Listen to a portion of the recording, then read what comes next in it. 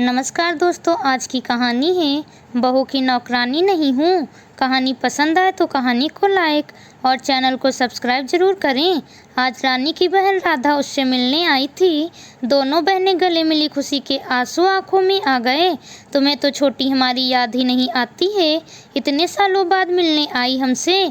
हमारे दोनों छोटे बेटों के शादी पर भी ना आई तुम, उल्हाने देती रानी ने कहा तो राधा बोली, देखो दीदी, हम कितनी दूर रहते हैं पता है ना आपको। फिर शादी के समय मेरी बहू पेट से थी तो उसको अकेले छोड़कर नहीं आ पाई मैं, और इतनी दूर उसे साथ लेकर भी आना सही नहीं था। अब वो सब छोड़ो, अपनी कुशल सुनाओ दीदी। दोनों बहनें सालों बाद मिली थी, खुशियों के कमल उनके होठों पर खिल उठे थे।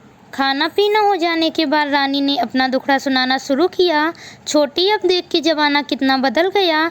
एक हम थे, एक पैर पर खड़े रहकर सास ससुर की ही नहीं चचिया सासों की भी सेवा करी, उनकी सुनी, हाथ पैर दबाए। वो तो है दीदी, तुमने बहुत कुछ किया। राधा ने हुंकारी भरी तो रानी को बल मिला। बोली, आजकल की बहुओं को देखो, सेवा छोड़ो, उनको तो तमीज भी नहीं कि सास की कद्र कैसे करें।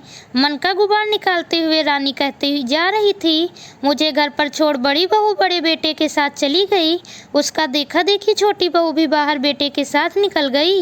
ये छोटी बहू जो नाम मात्र का मेरे पास रहती है, देखा ना तुमने उसका बनाया खाना, कच्चा पक्का बनाकर सवेरे निकल जाती है तो शाम तक आती है। राधा ने सुना तो कहा, दीदी शुक्र है कि बहू नौकरी करती है, फिर भी खाना बनाकर जाती है। रानी ने क्रोध से कहा, तो क्या तू सोचती है कि मैं खाना बनाकर खिलाऊं बहू को? तो भला मैं सास किस बात की, अब नौकरानी हुई ना बहू की। राधा ने दीदी को गुस्से में देखा तो समझाते बुझाते हुए कहने लगी, दीदी देखो, अब हमारे आपके वाला 50 साल पहले का ज़माना नहीं रहा। ये नया ज़माना है, सब लड़कियां पढ़ लिख रही हैं, नौकरी कर रही हैं, घर चलाने में वो भी हाथ बटा रही हैं, और बड़ी बात की घर भी संभाल रही हैं। रानी ने हुंकार भरी तो कौन सा पहाड़ तोड़ रही हैं। अरे आजकल काम ही कितना है, रसोई के सब काम के लिए तो मशीन आ गई।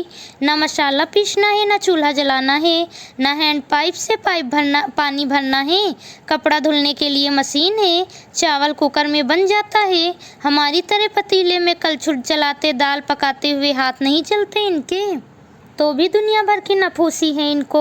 राधा दीदी की बात समझ रही थी, मुस्कुराकर बोली, दीदी हमारे ज़माने में पढ़ाई पर जोर नहीं था, हम मेहनत पर जोर देते थे। आजकल की लड़कियां पढ़ लिख कर दिमाग से पैसे कमाती हैं, तो उनके हाथों में मजबूती नहीं, दिमाग से मजबूत हैं।